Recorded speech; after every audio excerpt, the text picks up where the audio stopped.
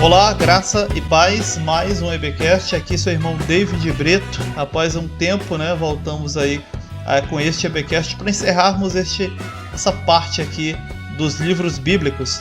Graça e paz, aqui seu irmão em Cristo Felipe Lopes, e sim, devido à correria dos últimos dias, voltamos aqui para fecharmos uma parte da nossa temporada de livros bíblicos. Nós vamos unir o livro dos reis com os livros das crônicas. Exatamente, e nós não vamos fazer isso porque realmente temos aí um bom tempo sem ter gravado, mas sim porque os livros acabam meio que se cruzando, entrecruzando nas histórias, e nós vamos falar disso aqui neste EBcast, e por isso vamos citar meio que tudo, com detalhes, mas vamos falar exatamente essas características que fazem esses livros serem necessários serem abordados como uma coisa só: 1ª e 2ª Reis, 1ª e 2ª Crônicas. Então venha conosco debulhar o melhor dos reis de Israel e Judá. E entrando neste EBcast, desde já aí falando para os irmãos que nós estamos aí com bastante dificuldade na questão de tempo e tudo, então nós estamos gravando muito pouco.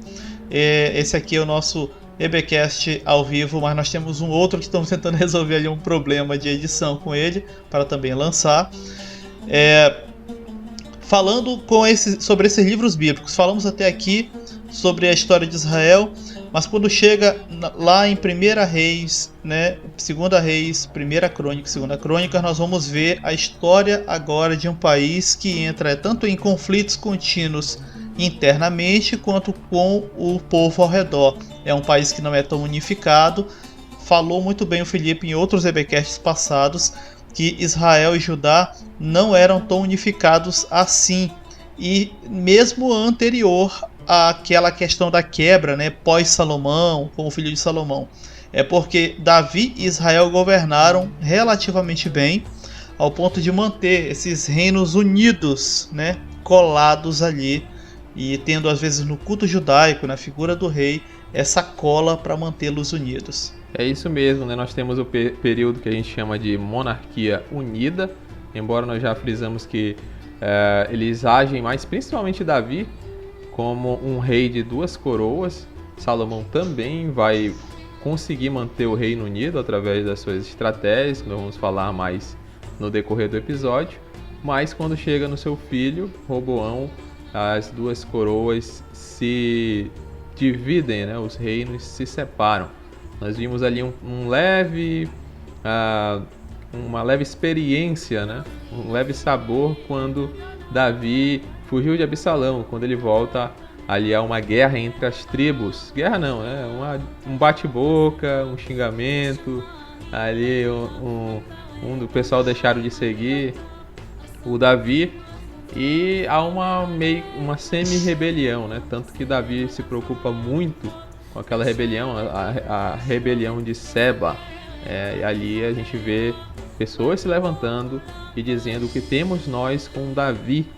Ou seja, vamos para nossas tribos, ó Israel. Ali a gente já vê que o reino não era tão unificado como normalmente a gente gosta de achar. Exatamente, e inclusive falando aí do período dos reis, dentro desse período de reinado de Davi, anterior inclusive ao próprio Saul, nós vamos ter tentativas de se estabelecer uma monarquia, mas claro, sempre com objetivos egoístas. Essas pessoas apareceram e tentaram se colocar como propostas alternativas, a serem a questão dos reis ali pelo Senhor estabelecidos, e não deu muito certo. A gente sabe, contamos a história aqui de alguns deles, como o Felipe citou, Seba. Temos Abimeleque, anterior aí a Saul, tentou ser rei de uma região, não deu muito certo e acabou morrendo no processo. Lembrando que Reis e Crônicas não vão contar a história dessas tentativas de se instaurar a monarquia em Israel. Eles vão contar histórias a partir realmente daqueles reis que já estão conhecidos. É o caso de Davi e Salomão, os quais nós vamos ter recitações, de situações, inclusive ali no livro de Reis, no livro de 1 Samuel, e também em Crônicas, que é necessário pontuar. Primeira coisa que é importante é dizer que tanto o livro de 1 Reis quanto Crônicas vão beber em diversas fontes narradas e orais, até algumas coisas escritas, Por isso que você vai ver de novo alguns reis sendo recitados novamente, até dentro do mesmo livro, e às vezes entrando em conflito algumas informações. Isso é necessário a gente pontuar, tá, gente? E outra coisa interessante a gente frisar é a diferença temporal entre os dois livros. Principalmente o livro das crônicas, né? Vamos falar, né? Livro dos reis e livro das crônicas. Sabendo originalmente era um livro só, assim como Samuel. Era o livro de Samuel, mas como era muito grande, foi dividido primeiro livro e segundo livro. Ali de acordo com o tema. A gente até falou que o segundo fala mais sobre Davi. O livro dos reis está muito mais próximo dos seus acontecimentos. Possivelmente, alguns relatos são ali... podem ter sido oculares ou até anos posteriores. Já o livro de crônicas, o livro das crônicas, ele é bem colocado após o exílio babilônico. Por isso que a gente vê aquela diferença, né, que muita gente diz da contradição lá do censo de Davi, que primeiro diz que segundo Samuel diz que foi Deus que incitou o coração de Davi, e já no livro das crônicas diz que foi o diabo, porque já tem uma outra visão da época, né? Tá muito mais distante do texto, já passa por todo o cativeiro babilônico. Então o livro das crônicas ele vai vir muito tempo depois do livro dos reis e vai usar às vezes o próprio relato do livro dos reis para se escrever, né? Ele tem um objetivo próprio, que é trazer aqueles exilados, né, que estão voltando à sua casa, e por isso que ele traz muito genealogia, né? A gente abre o livro com genealogia, porque para trazer a identidade daquele povo. O povo estava cativo 70 anos na Babilônia, então é necessário lembrar, eu sou da tribo tal, né? Teve esse rei, assim que aconteceu a história, né? Por isso que nós ficamos ali na Babilônia 70 anos, né? Ele vai terminar ali naquele período. Então ele tem todo o objetivo de falar, a gente pagou esses 70 anos, tudo começou ali na idolatria, vai citando vários reis, vários episódios, até profetas, né? Apesar do livro se chamar Reis, a gente vai ver muito do ministério profético ali na vida dos reis. Realmente é necessário pontuar, porque além de crônicas e do livro de reis que temos aí, na verdade haviam outros livros, e tanto Crônicas quanto Reis citam esses livros e a gente não tem acesso, que fica bem claro, esses livros eles não estão aí para poder a gente consultá-los, se perderam nas diversas invasões e incursões militares que Israel tanto promoveu quanto também sofreu de outros povos. Ou seja, detalhes sobre a vida de alguns dos reis não se encontram nem em Crônicas nem em Reis, porque eles mesmos diziam sobre o fulano de tal, seus atos estão escritos lá no livro dos reis de Judá. Irmão, o livro do rei de Judá não é o livro de rei? Não, é outro livro. E está perdido. Nunca mais a gente vai saber esses detalhes. Que fique bem claro. Esses livros eram importantes para Israel, apesar de estarem agora perdidos, a gente não tem contato. Quando nós vamos chegar mais aí para a parte do livro das crônicas, como bem falou o irmão Felipe, eles precisam recuperar a identidade deles, saber quem eles são, de onde vieram, daí a importância da genealogia. Nós vamos ter revisão de alguns fatos, de algumas coisas, que fique bem claro. Ou seja, o livro mexe com algumas coisas ali, para que fique bem, um pouco diferente ou melhorado a imagem de certos governantes, no caso. E isso é bem importante. Nós vamos ver um rei que fez alguma coisa ou não fez algo em livro de reis, e quando chega em crônicas, esse rei fez aquilo, o que era para ele não fazer ou fazer, tá geralmente ao contrário lá no livro das crônicas. Gente, que fique bem claro, diferentes fontes escreveram daqueles diferentes relatos, e alguém meio que reuniu tudo ali, alguém não, né, mais de uma pessoa, e foi organizando. Por isso que tem hora que parece que fala mal do Reino do Norte, e tem hora que parece que está sendo falado mal do Reino do Sul, e não é uma impressão sua, de fato isso é assim, dessa forma. Ambos os livros, principalmente Crônicas, é uma coletânea, né, de muito que estava separado até inclusive.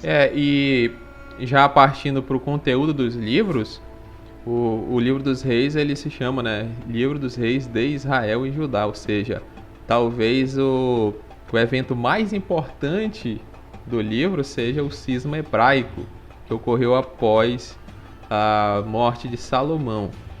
Devido à idolatria, né, Salomão, bastante conhecido, um dos personagens mais conhecidos da Bíblia, devido à sua sabedoria, escreveu aí 3 livros que estão na Bíblia, né, Cantares, Provérbios e Eclesiastes. E depois, na sua velhice, a Bíblia diz que ele começou a idolatrar, né, a praticar idolatria devido às suas muitas mulheres. E o reino passa para o seu filho Roboão, né, e diz a Bíblia que Salomão cobrava muitos impostos, né? O pessoal gosta de frisar da inteligência dele, da riqueza, mas a gente tem que, né, falar que ele cobrava muito imposto também. Toda essa riqueza vinha do povo, como qualquer monarquia que se preze. A ponto de muita gente até dizer que Salomão chegou até o Brasil, cara. Tem muita teoria aí bem nova na internet, né? Não é nova, mas tem se difundido aí muito no pessoal que gosta de uma teoria da conspiração. E até judeus mais cabalísticos acreditam nessa ideia de que ele tenha chegado assim, tamanho a sua riqueza, né? Para mostrar, o cara é tão rico, próspero, que ele chegou até em outro continente. E o povo pediu para que fosse aliviado os fardos, os impostos, né? Os impostos eleitorais aí, o fundão, trazendo para os nossos dias. E o Roboão simplesmente não ligou para o conselho, né, para o pedido do povo e para o conselho dos mais velhos. Ele ficou com o conselho dos mais novos e disse que ia pegar mais pesado com os seus impostos, né? Ele não ia abaixar, muito pelo contrário, ia aumentar. Isso provocou a ira do povo, e o povo elegeu para si um novo rei, né? As tribos do norte, as 10 tribos do norte, decidiram se separar da casa de Davi, e a casa de Judá ficou fiel a Davi, e a casa de Israel foi para outro rei chamado Jeroboão. E esse Jeroboão, ele já aparece bem antes, né, vamos dizer assim, dessa ascensão dele aí a um reinado. Ele já aparecia ali bem antes, encarregado por Salomão, pai de Roboão, a ser um tipo de fiscal ali nas obras, né? Tinha uns trabalhos forçados. O reinado de Salomão, apesar de ser muito romantizado em novelas, na escola dominical para as crianças, gente, tem hora que Salomão não tem certo escrúpulo para tratar até seus trabalhadores. Ele tinha uma classe de trabalhadores que a própria Bíblia diz que era um trabalho forçado, os caras não queriam fazer aquele tipo de trabalho, mas Salomão meio que os obrigou, não diz como e a forma, não sei se eram pessoas ali de caráter criminoso, enfim, mas o Jeroboão estava ali chefiando essa galera. E nesse período, né, que ele estava ali nesse cargo, o profeta Aías, ele vai dizer para o Jeroboão que o Senhor estava passando para ele agora a responsabilidade de ser rei sobre 10 tribos de Israel. Tem todo aquele episódio de o profeta pegar a capa, né? E era até uma capa nova, coitado, era difícil conseguir uma capa. E a capa nova, o profeta rasga essa capa e vai acabar entregando 10 pedaços para o Jeroboão e diz: o Senhor te entrega 10 tribos porque eu estou rasgando, né, de Salomão o reinado, já que ele caiu em idolatria, né, seguindo a outros deuses. Mas ele vai ficar ainda com uma tribo lá, né, Judá vai ser fiel a ele porque eu preciso manter uma promessa para Davi. E de fato isso acontece. Jeroboão acaba se tornando o rei de 10 tribos, inclusive. Claro que isso chegou no ouvido de Salomão, né, de que futuramente ele seria rei e o filho de Salomão não seria rei de todo o território. O Salomão, né, ficou com raiva, tudo bem, tentou matar Jeroboão, mas não conseguiu porque ele foge para o Egito ali então. Só lembrando, inclusive, né, voltando aqui rapidamente, que esse rei Jeroboão, apesar de o Senhor ter delegado ali a responsabilidade de reinar sobre as 10 tribos, ele não se tornou boa peça. Ele foi um péssimo rei, inclusive tentando tolir o povo ali das 10 tribos de descer até o sul e cultuar o Senhor na região ali do Templo de Jerusalém. Esse foi um dos grandes pecados de Jeroboão, né? A idolatria. Ao invés de se curvar e de seguir ao Deus de Israel, que havia feito reinar sobre esse povo, ele abandonou e seguiu a outros deuses. Embora algumas teorias que dizem que, na verdade, o pecado de Jeroboão não era a idolatria em si, mas sim a questão do fazer imagens, né? Não de ter outro Deus, mas de fazer uma imagem do Deus de Israel. Porque o que ele fala de fato é isso, né? Esse é o Deus que te tirou da terra do Egito. Ele faz a imagem do bezerro de ouro. Na verdade, ele cria dois, né? Tentando não perder o apoio do povo. Porque a gente viu lá nos livros, né? Lá no reinado de Davi, que Jerusalém passa a ser a capital do reino de Israel e a capital política e religiosa. Então há um rompimento do povo ali, há uma nova capital que é escolhida para o reino do norte, Israel. Até essa denominação norte e sul, ela não aparece na Bíblia, né? Ela aparece Israel e Judá. A gente que usa norte e sul para se fixar melhor, né? Para saber melhor qual é qual. Mas o povo continua indo para Jerusalém, e o Jeroboão, achando que o povo ia acabar indo lá, ia perder o coração do povo. Então ele fala, não, vamos criar também o nosso centro religioso. Então ele colocou 2 bezerros ali, um em Ai e outro em Betel, que eram cidades, né, principalmente Betel, muito próxima a Jerusalém, né, para que o pessoal indo para Jerusalém, passando por Betel, ele falava, não, pare aí que agora a gente vai adorar a Deus ou a outros deuses aqui nesse, né? E para as pessoas que estavam muito no norte, ele deixou a cidade de Dan, que ficava bem ali no extremo norte das tribos, né? Ou seja, ó, não precisa nem caminhar muito, se você estiver mais perto para cá. Então ele meio que leva a adoração ao povo, né? E isso o povo acha legal, né? Embora alguns abandonem e vá, principalmente levitas, né? Vá para ajudar, né? Com raiva disso, vendo que é algo muito errado, que é uma abominação, mas alguns aceitam, né? E falou, então bora lá. Esse é o rei que a gente escolheu, né? Não vamos esquecer que o povo escolheu Jeroboão, então vamos segui-lo. E Roboão, mesmo sendo, né, uma peça rara, ele continua ali em Jerusalém, adorando ao Deus de Israel, mesmo com a idolatria que já havia desde a época de Salomão, né? Não é aqui, nessa época política, a gente vê que a nossa tendência é sempre colocar um lado do bem e um lado do mal. Então a gente vê, Jeroboão foi péssimo, aí idólatra, e Roboão era o bonzinho. Não, era tão ruim quanto ou até pior. Mas a gente vê que quem é julgado primeiro é Jeroboão, né? E que a casa de Davi ela permanece sólida, embora haja muitos homens maus também naquela dinastia. Exatamente. Lembrando que o irmão Felipe está citando Jeroboão, reino do norte, né, como nós chamamos ali, ou seja, as 10 tribos. E voltando ali para a parte sul, né, de Israel, nós vamos ter reinando Roboão, né, que vai, enfim, acabar depois também sendo um péssimo rei, e já começa pelo início do seu reinado tentando aumentar a carga tributária em cima das pessoas. Isso não dá muito certo, acho que não dá certo em parte nenhuma no mundo e em tempo nenhum. Tem que ter muito cuidado com essa coisa de oprimir o povo. E logo em seguida, acabando o reinado de Roboão, Abias ou Abião, tá, irmão? Quando de repente a pessoa pega a Bíblia, tem uma tradução que é Abião, outras traduções que é Abias, mesma pessoa, o filho de Roboão aí, neto de Davi, é que passa a reinar. Só que ele também acaba fazendo os mesmos erros do pai, né? Aquela coisa toda de administração péssima e tudo.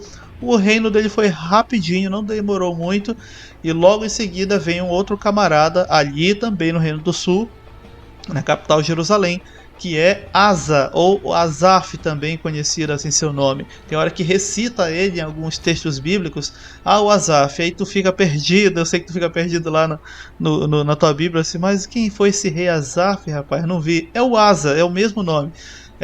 Nós vamos citar aí num outro EBcast, ainda vamos organizar ele, sobre a questão dos nomes bíblicos, vai estar aí depois sendo postado posterior a esse, para você entender, ou vai já estar postado depois que esse for ao ar, que você entende que a questão do nome era muito fluido no passado e podia significar e ser ressignificado e até sofrer alterações com o tempo. Normal. Esse Asa vai ser um rei melhor, né, ali em Judá. Tanto que ele vai ter um reinado bem longo, né, bastante tempo, e outros reis que vão ficar trocando ali em cima nos 10 tribos no Reino do Norte acabam usando o reinado de Asa como referência. No ano tal do rei Asa, mudou para o rei tal lá em Israel. No ano tal do rei Asa, ou seja, eles acabam usando Asa como referência. Asa ou Asaf acaba sendo esse rei legal. Só que a idolatria do norte começou a contaminar o sul em determinado momento. Na verdade, acho que nunca deixou de ter um pouco de idolatria ali naquela região, mesmo tendo ali a região do Templo de Jerusalém, bonito e tal, né, na época de Salomão construído. O templo ele era tão imponente e grande, gente, que o formato dele que Salomão fez tinha símbolos de fertilidade, tinha aqueles símbolos, né, imponentes. A própria asa dos tais querubins esculpida em alto relevo ao redor do templo dava uma ideia, né, quem está me vendo agora em vídeo, de parecer assim um trono gigante. Não tinha ninguém sentado e não tinha imagem esculpida nenhuma, mas era feito como se fosse para dar a ideia de que ali o Senhor reinava daquela forma. Mesmo essa imponência toda, Israel ainda manteve de certa forma uma pequena linha com cultos idólatras ali. Conforme o reino do norte piorava, o reino do sul começou a se contaminar com a idolatria. E o Asa, sendo um rei ali temente ao Senhor, não retira a idolatria do meio do povo.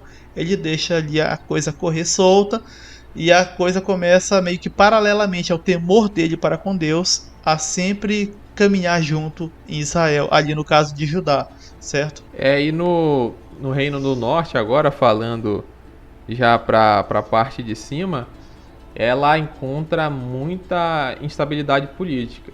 Se a gente for assim ver quem vamos dizer, qual dos dois reinos sai mais como que eu posso dizer, mais rico, ou que se daria melhor no futuro, a gente apostaria nas tribos do norte. Primeiro, que são 10 tribos, e segundo, que elas têm as terras mais férteis. Tem o Vale de Jezrael, tem aquela parte que fica responsável pela tribo de Naftali. Então é muito fértil, né? Toda a riqueza, a maioria da riqueza do reino de Israel vem das tribos do norte.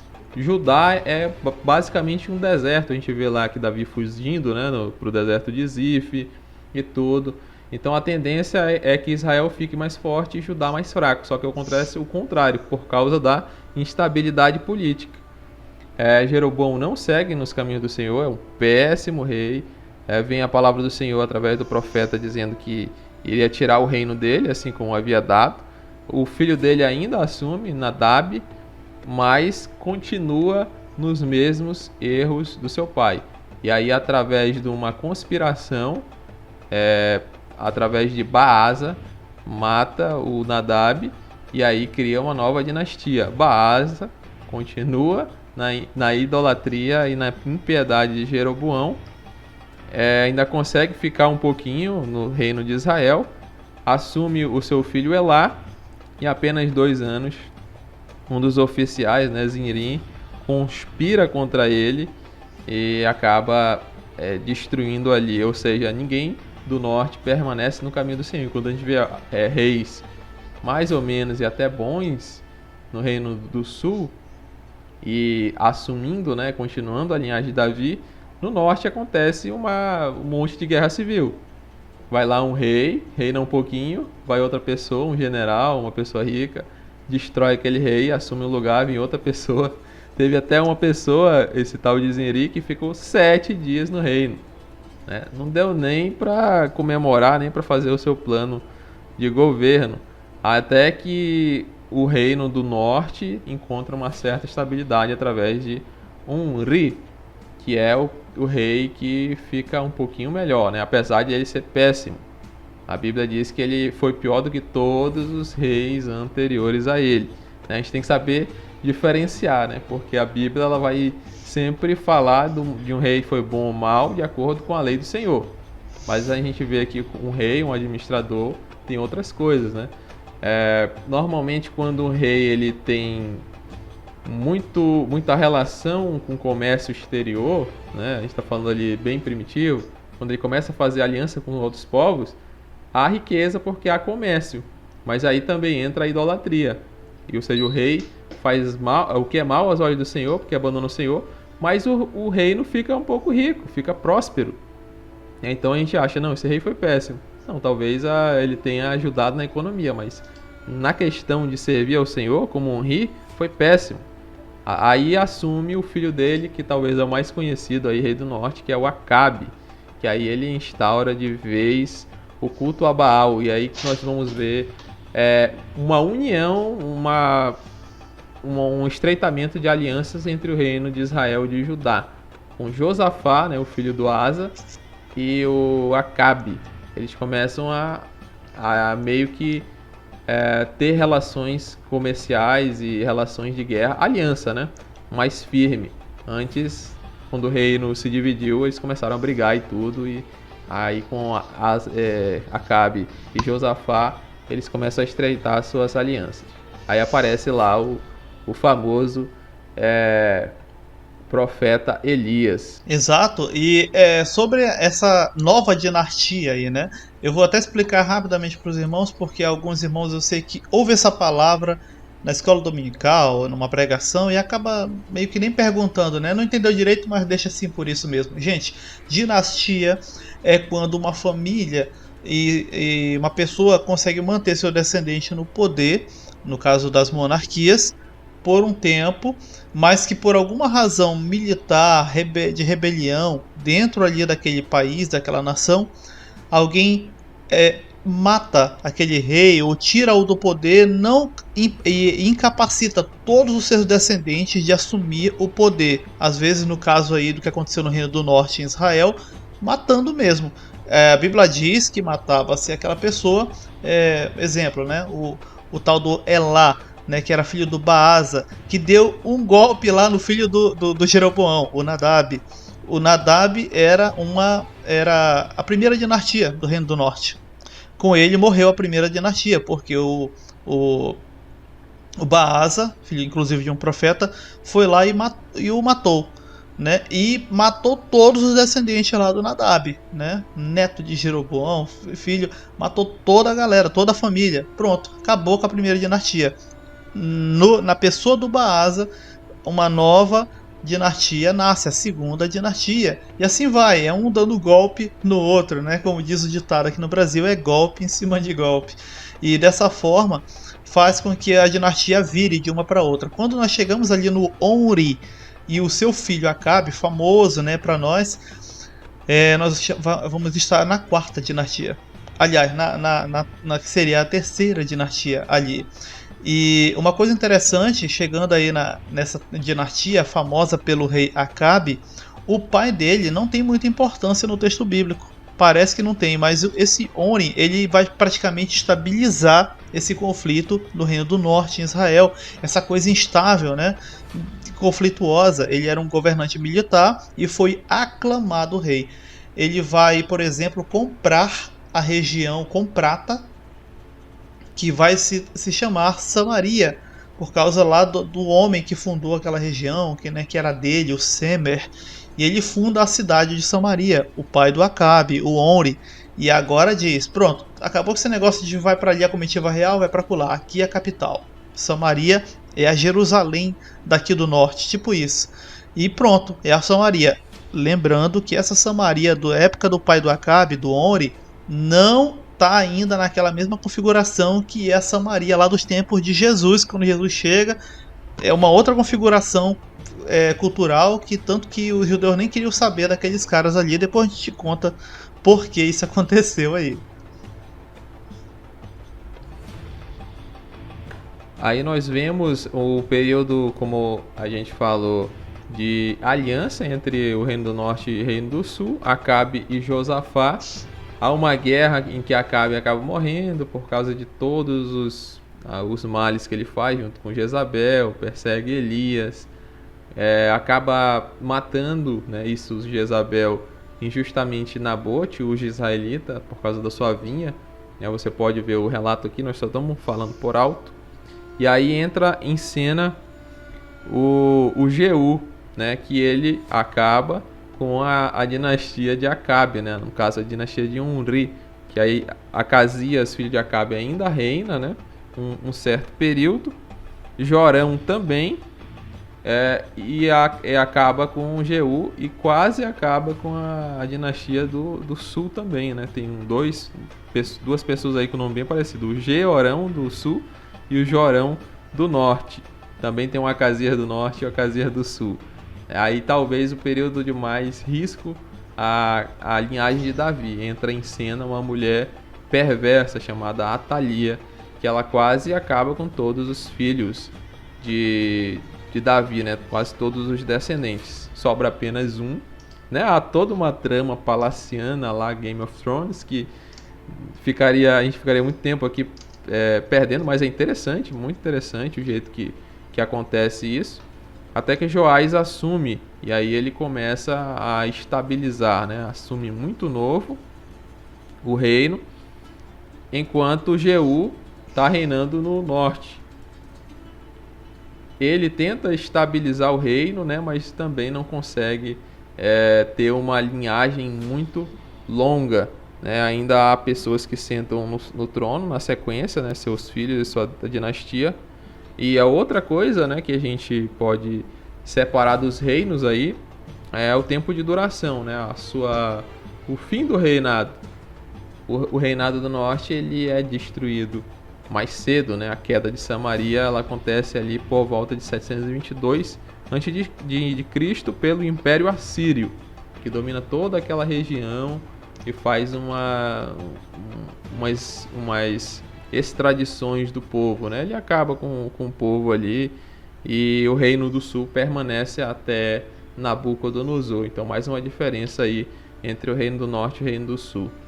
O final deles, né? E para onde eles são deportados, um para a Síria e outro para a Babilônia. Exato, e isso vai acabar, né, meio que acentuando ainda essas diferenças entre as tribos, de modo que vamos dar um salto aqui, tá, gente? Não faz parte dos livros que nós estamos citando, Reis e Crônicas.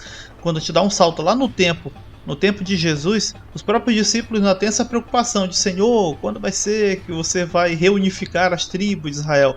Ou seja, mesmo após a volta desses cativeiros que ocorreram, né, sobre as tribos de Israel para diferentes lugares, vamos dizer assim, não houve ainda uma união ocorrendo, mesmo assim, apesar desse trauma, né, aí, cultural em Israel entre eles. Ainda havia grandes e gritantes diferenças entre essas tribos, né? Tanto que o próprio Jesus chega a sentir isso na pele, quando diz, o que é que uma pessoa de lá da Galileia pode fazer, o que é que um nazareno, uma pessoa de Nazaré, ou seja, há ainda essa discriminação entre eles mesmos, mesmo na época de Jesus ali, e olha que todo mundo estava debaixo do domínio de um outro povo de fora, que no caso da época de Jesus eram os romanos. Isso é bem importante também a gente citar. Gente, o que a gente está fazendo esse panorama aí sobre os reis, nós vamos deixar aqui aí como link aqui do canal um site do André Daniel Heinck, acho que é assim se pronuncia o nome dele, onde ele faz, né, sempre ali desenhos para ficar mais fácil a localização mental dos fatos bíblicos, da cronologia bíblica, e tem uma tabela lá muito legal que é mostrando a ordem em que cada rei vem no tempo, regressivamente, no caso pra gente, no tempo até ali o momento que acontece a questão da queda de Samaria, a queda de Jerusalém, né? Enfim, o ataque e destruição aí ao templo, fazendo assim com que você se situe um pouco quem são esses reis. São muitos, sim. Outro detalhe do livro dos Reis e Crônicas é que pra gente parece que eles estão lá no passado. Aí depois vai acontecer Eu sei que na cabeça do irmão é assim, mais simples. E depois vai acontecer, né, irmão? O Salmo, vai acontecer Provérbio, Cântico. Gente, aquilo ali não é história. Os livros históricos pararam ali. Numa Bíblia hebraica, por exemplo, a organização dos livros, elas vão começar em Gênesis, tem os profetas ali pelo meio, e você vai ver que ela termina em Crônicas. Certo? Que fique bem claro isso, ela termina em Crônicas. Por quê? Porque na verdade os profetas estão diluídos no meio dessas histórias. Vou te dar um exemplo. Obadias, que eu sei que na tua cabeça mais leiga, Obadias está lá na frente, ainda nem nasceu. Não, Obadias ele é contemporâneo ao Elias, né? Tanto que é o Obadias que vai guardar ali uma galera na época crítica, quando a Jezabel estava tocando terror em cima dos profetas do Senhor, porque ela queria acabar com o culto a Yahvé ali no Reino do Norte, nas 10 tribos, porque o culto aos deuses, né, ali de Jezabel, Baal principalmente, estava bombando, né? Todo mundo estava cedendo a isso. E o Obadias, né, vai e confessa para Elias em um encontro que eles tiveram: poxa, eu escondi 100 homens que, né, são profetas do Senhor, e eu estou mantendo os caras só com pão e água, só para manter eles vivos mesmo, porque a Jezabel está tocando terror em cima do povo lá. E se eu voltar daqui, o Obadias trabalhava, né, ali próximo à corte, se eu voltar daqui e o Acabe me perguntar: cadê o Elias? E eu disser que não te vi, porque eu tenho que chegar lá com uma resposta: eu que vou ser morto. E aí o Elias diz: não, diz que hoje eu me apresento diante de Acabe. E ele vai, né, tem todo um processo. Eu sempre falo e reforço, como o Felipe também fala: leia o texto, gente, vá no texto bíblico, né? Aqui é só a superfície para você entender, mas a história ela é bem trincada e tem muitos detalhes que você precisa checar. Não dá para falar aqui em 1 hora de tempo. Mas, dando um resumo que a gente falou, a gente não vai falar sobre a história de cada rei, porque a Bíblia é muito específica assim, né? Ela vai detalhando. Alguns reis não vão ter basicamente nenhuma importância, vão reinar durante pouco tempo e não vão fazer quase nada, né? A gente pode pegar um paralelo com presidentes do Brasil, né? Muitos presidentes passaram aí para a história e não fizeram nada. Às vezes tiveram um governo, né, bom, mas discreto, né? Só fez ali o café com arroz e nada demais. Outros vão ser conhecidos por serem muito péssimos, outros vão ser conhecidos por serem muito caricatos, né? Muitos assim toscos, e a gente vai ver aqui, falando em alguns bem conhecidos, nós vamos ter outro Jeroboão, Jeroboão II lá no Reino do Norte. Quem mais? Zacarias, não é o profeta Zacarias, tá? Não vamos confundir aí. Tem outro Oséias, que é o último da linhagem, da linhagem não, que tem umas 9 dinastias aqui. O último a usar a coroa ali, a reinar em Samaria, até a destruição da Samaria. Não é o profeta Oséias lá, que casou e tudo, não. É o rei Oséias. Inclusive, alguns dizem que eles são contemporâneos ali, né? para confundir mais ainda. Eles vão ter reinados muito curtos, né? A linhagem de Davi, como eu falei, vai ter o rei Joás, que eu já falei, né? Que tem uma história muito interessante. O rei Uzias, bem conhecido aí pelo profeta Isaías, né? O ano que morreu o rei Uzias. Conhecido pela lepra também, né? Que tentou fazer ali uma espécie de centralização de tudo, até de serviços sacerdotais, né? O cara foi tão bom assim que ele falou: pô, o sucesso subiu a cabeça. Ele falou: vou ser sacerdote, vou ser rei, vou ser tudo. E aí acabou sendo punido. Aí depois vem Acais, né? Que também é falado, um rei bem péssimo. Ezequias, que é nessa época que acontece a queda de Samaria, que toda a região ali basicamente do Oriente Médio, né, o que importa pra gente, é destruída pela Assíria, e Jerusalém permanece, embora haja toda a destruição das tribos de Judá, né? Ele acaba fazendo limpa, só Jerusalém fica em pé, tem toda aquela salvação miraculosa, né? Deus falando que ele não entrará em Jerusalém por amor de Davi, etc e tal. Aí vem o rei Manassés, também tem uma história, né, de impiedade e tudo. E um dos reis mais bem falados aí, o rei Josias, que faz completa reforma religiosa, inclusive destruindo altares de Salomão, altares que nem o Asa, que foi um cara bacana, destruiu, nem o Josafá, como diz em pregação, Josafá era crente, ele também não tirou, e nem Uzias, nem ninguém, só Josias. Ele foi profetizado por um profeta anônimo lá no Reino do Norte, né, que ia fazer um limpa, né, da casa de Davi, o rei Josias. E aí já encerra já com alguns reis que já vão finalizar, né, o rei Josias, que eu falei, Joaquim, e o último rei, o Zedequias, até que a Jerusalém é destruída e o povo em várias expedições, né, mandado em deportações, mandado para a Babilônia, onde fica 70 anos. Aí a gente encerra o período da monarquia, que é um dos períodos mais importantes do povo de Israel como um todo, onde ele criou bastante coisa da sua cultura, onde nós vemos salmos, onde nós vemos provérbios, bastante de sua liturgia, ou quase tudo, foi feito nessa época dos reis, né? Apesar do povo estar separado, muito do povo ali, da cultura foi criada, e também depois quando o povo é deportado para a Babilônia durante 70 anos. Exato, e é bom trazemos aqui como eu falei, essa conversa até de modo muito superficial para que você cheque nos livros, procure. Hoje nós temos aí ferramentas diversas na internet para pesquisar, tem inclusive ótimos sites de irmãos que estudam afinco, né, especializados somente em uma área como essa, no caso da arqueologia da monarquia em Israel, que são consideradas 10 tribos, e em Judá. Conforme os conflitos entre essas pessoas se intensificam, das tribos, principalmente os reis, essas duas identidades elas ficam muito distintas, e isso você percebe isso do livro.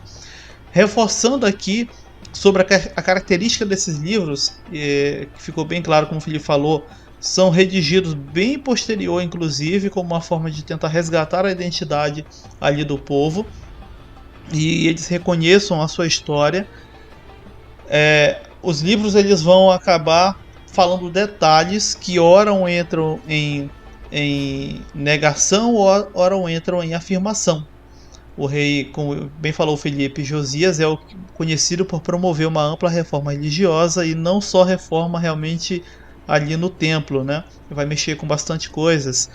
Lembrando, gente, eu sei que quando o crente ele pensa no judaísmo, ele pensa no antigo Israel, ele acha que o antigo Israel era aquela beleza, né? O judeu é o conhecido como o povo que teme demais ao Senhor, é milenar esse temor. Gente, uma parte do povo sim temia ao Senhor, mas o povo, infelizmente, de Israel, o real Israel, sempre flertou com os deuses estranhos de fora de Israel. Até hoje a arqueologia acha ídolos em escavações, e não é pouco, é muito.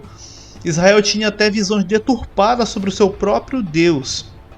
Inclusive, chegaram, por exemplo, a crer por um bom período de tempo que o Deus Yahvé, o Deus de Israel, por exemplo, era casado com a própria Aserá, que era deusa dos Sidônios ali. Então, visão deturpada do Deus de Israel, teoria que prevalecia, e Baal era considerado pelos próprios israelitas ali como maior que o Deus de Israel, ou de que o Deus de Israel era só um Deus doméstico. Lá fora, né, a prostituição cultural era mais atraente e ela era exposta. E tudo isso você vai encontrar nos livros de Reis e Crônicas. Esquece essa ideia de que judeu bonitinho, ele é todo mundo temente a Deus, e de vez em quando dá uma quedinha, de vez em quando não, gente, isso era o comum. Ficar temente a Deus somente era a exceção, e era raro esse tempo acontecer. Mesmo quando o irmão Felipe falou bem, um rei era muito temente ao Senhor, mesmo assim, às vezes, para não pegar conflito com o povo, eles não retiravam a questão da idolatria, eles não batiam em cima. O rei Josafá mesmo, é falado que ele tirou a idolatria de Israel. Isso é dito lá em Reis. O escritor de Reis, por exemplo, ele acaba meio que dizendo que não, Josafá foi um ótimo rei.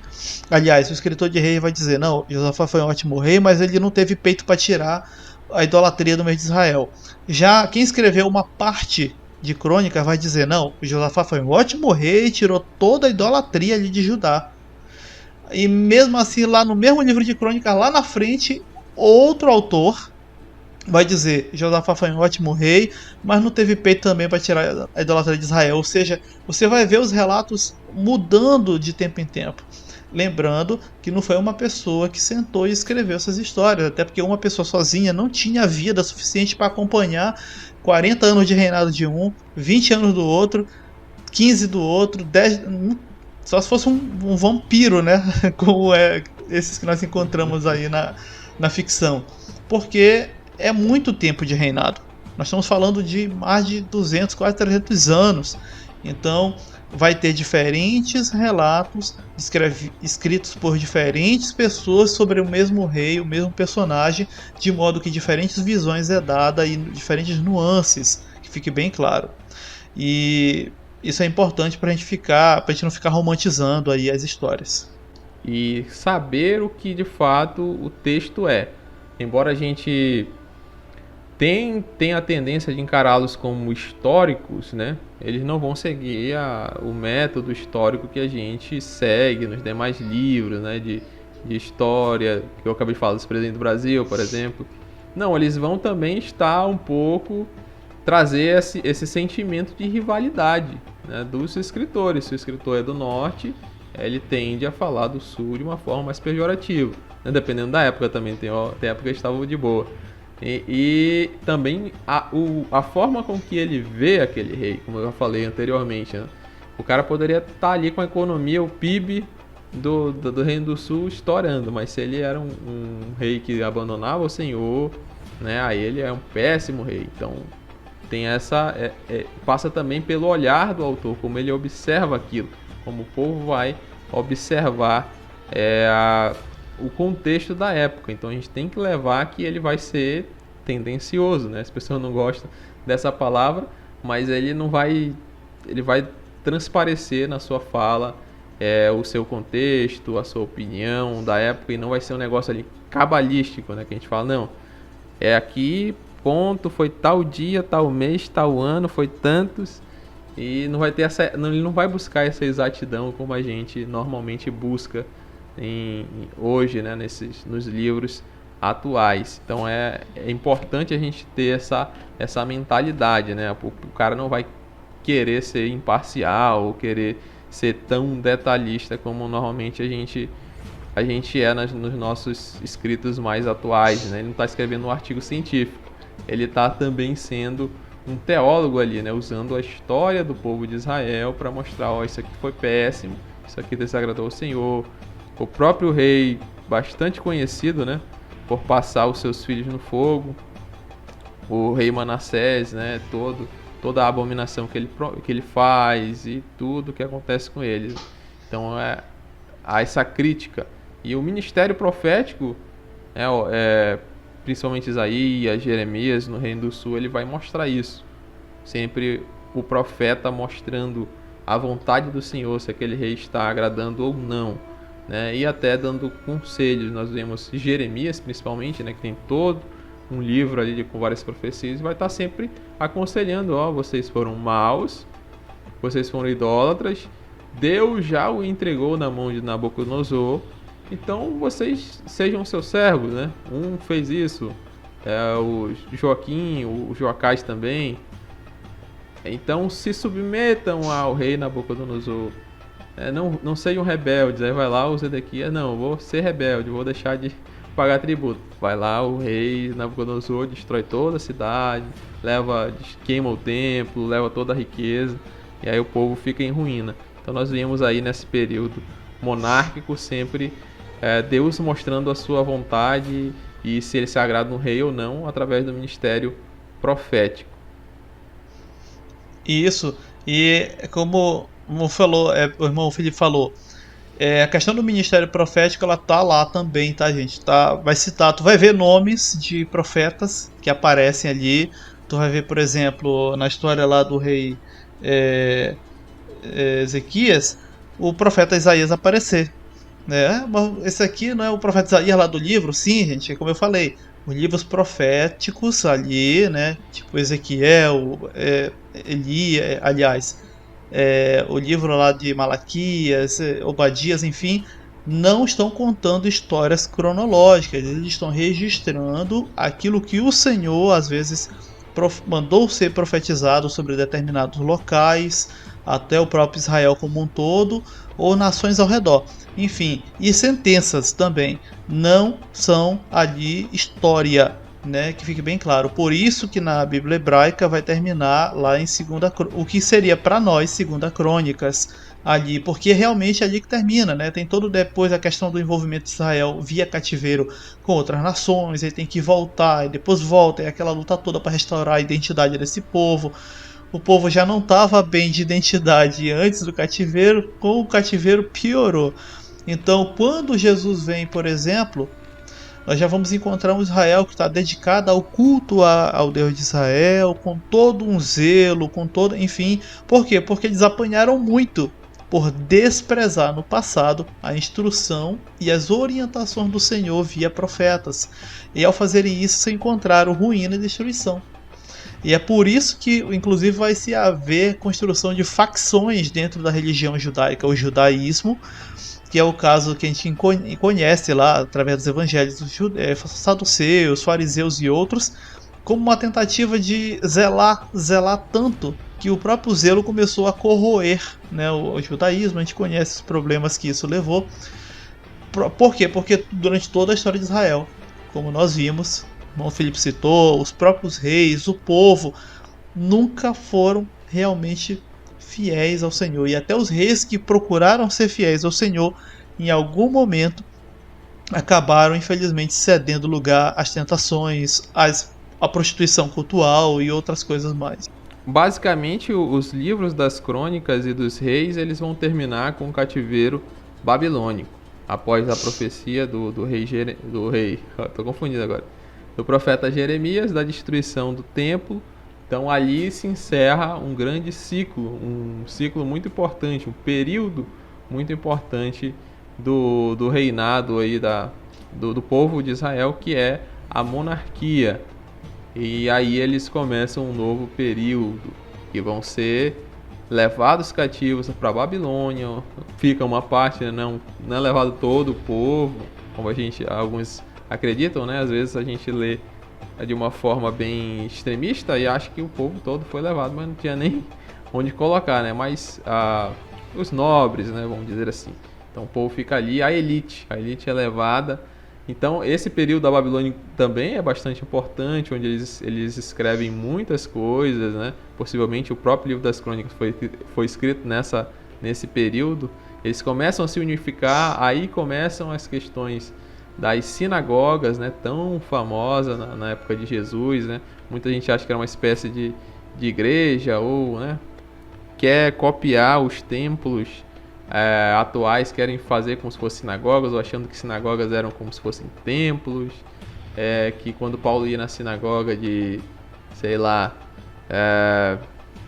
Éfeso, porque ele tinha acabado de construir uma igreja ali, um templo bonitinho. Não, tem nada a ver com isso. Como tu falou, começam a seguir essas facções, né?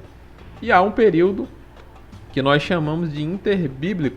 Existem também os profetas pós-exílicos, né, que a gente não pode esquecer eles, Ageu, Zacarias, o próprio Daniel, né, que está ali na época da Babilônia, Malaquias, tem o reinado ali de Ciro, que faz um edito para que eles retornassem, para finalmente, né, restituir-se o povo a sua terra, reconstruíssem os muros ali, né, principalmente o reinado persa, né, não só o Ciro, mas os seus sucessores.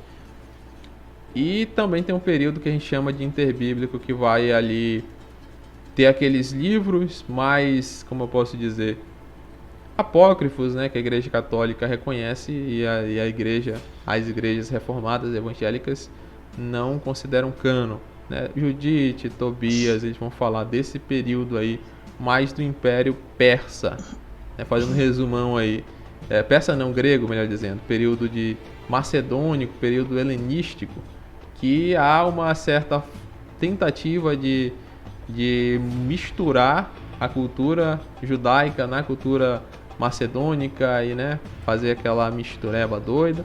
E alguns são contra, outros a favor.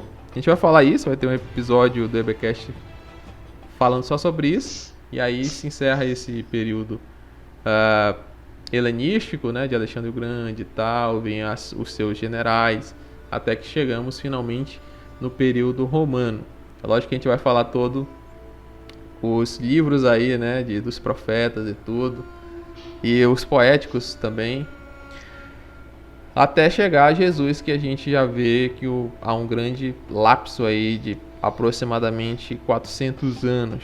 Acontece tudo isso que eu falei, nessa queda e levantamento de reinos. E chegando ao final do nosso episódio, né, reforço para os irmãos algo que infelizmente, gente, por pura desonestidade, às vezes é feito aí em algumas pregações, igrejas.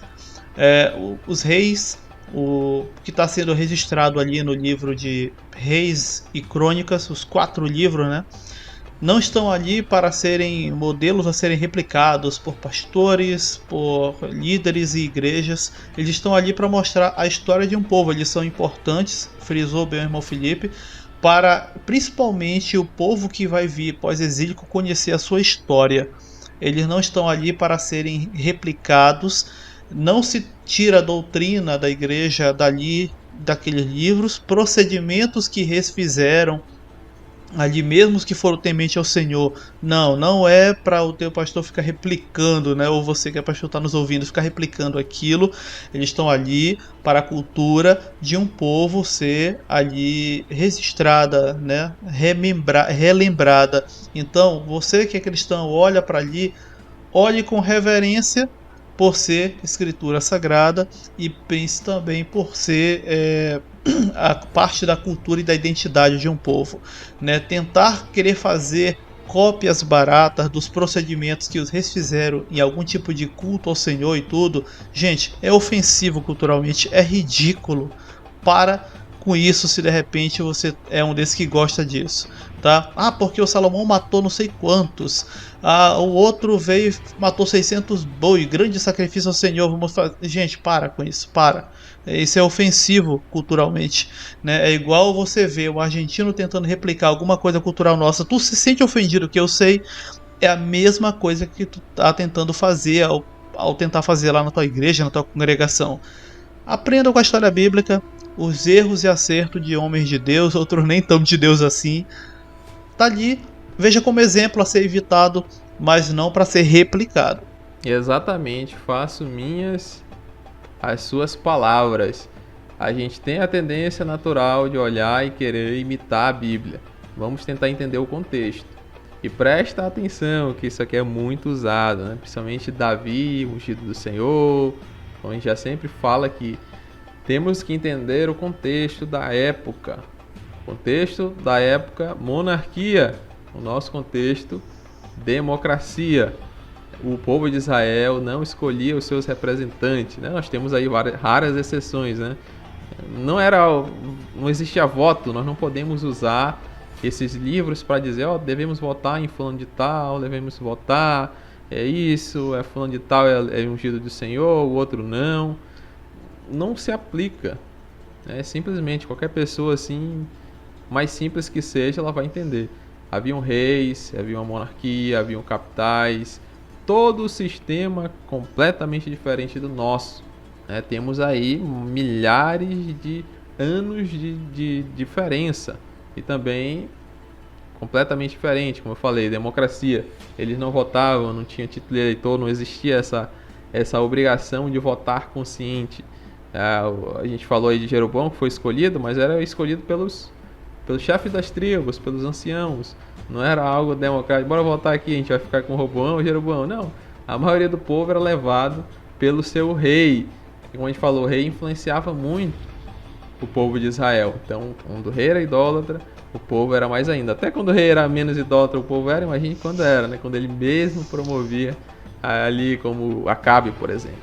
Então, vamos ter isso em mente. Isso aqui é pra gente aprender, para né, vermos aquilo, se isso agradou a Deus ou não, e não para aplicarmos diretamente, e nem muito menos querer criar um reino cristão na terra nesses moldes, né? O único que vai ser rei é o próprio Cristo, e você, meu irmão, preste bem atenção, você não pode ajudar com isso. Às vezes a gente quer, não, porque eu vou ajudar aí, eu vou tentar entrar na política para criar leis cristãs. Não, pelo amor de Deus, pare com isso, né?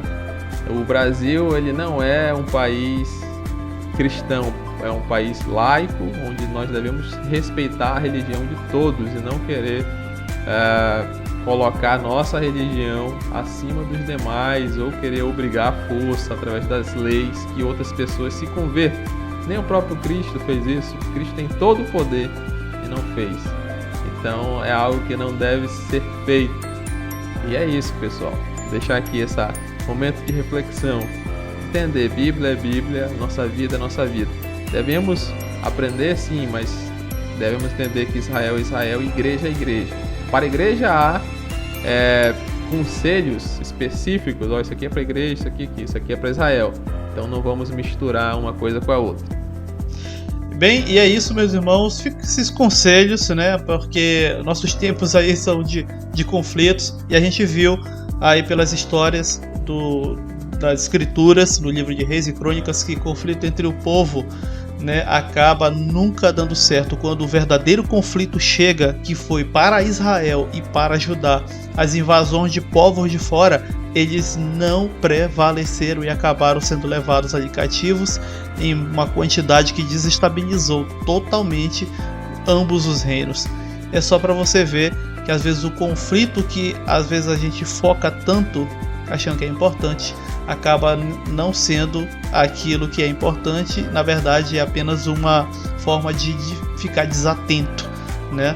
O verdadeiro conflito era vencer a idolatria, temer ao Senhor e andar nos seus caminhos. E infelizmente Israel ficava desatento a isso e acabou sendo levado em cativeiro, perdeu batalhas e se desestabilizando aí. Desejamos para você, né, aí dias melhores e mais tranquilos, e a gente está, como diz o irmão Felipe, sempre orando por você, sua família, que o Senhor te guarde sempre, e até um próximo minicast, aliás, um EBcast. Nós estamos tentando nos organizar a questão do tempo, o irmão Felipe está aí também numa dinâmica muito cheia de tempo, de trabalho, serviço, mas nós vamos tentar organizar melhor para a gente sempre manter aí o nosso EBcast com vocês aqui no canal Escola de Bereia. Amém, irmãos. Graça e paz, aqui o seu irmão em Cristo Felipe Lopes, e até um próximo EBcast. Até um próximo EBcast, graça e paz. Se despede aqui seu irmão David Brito.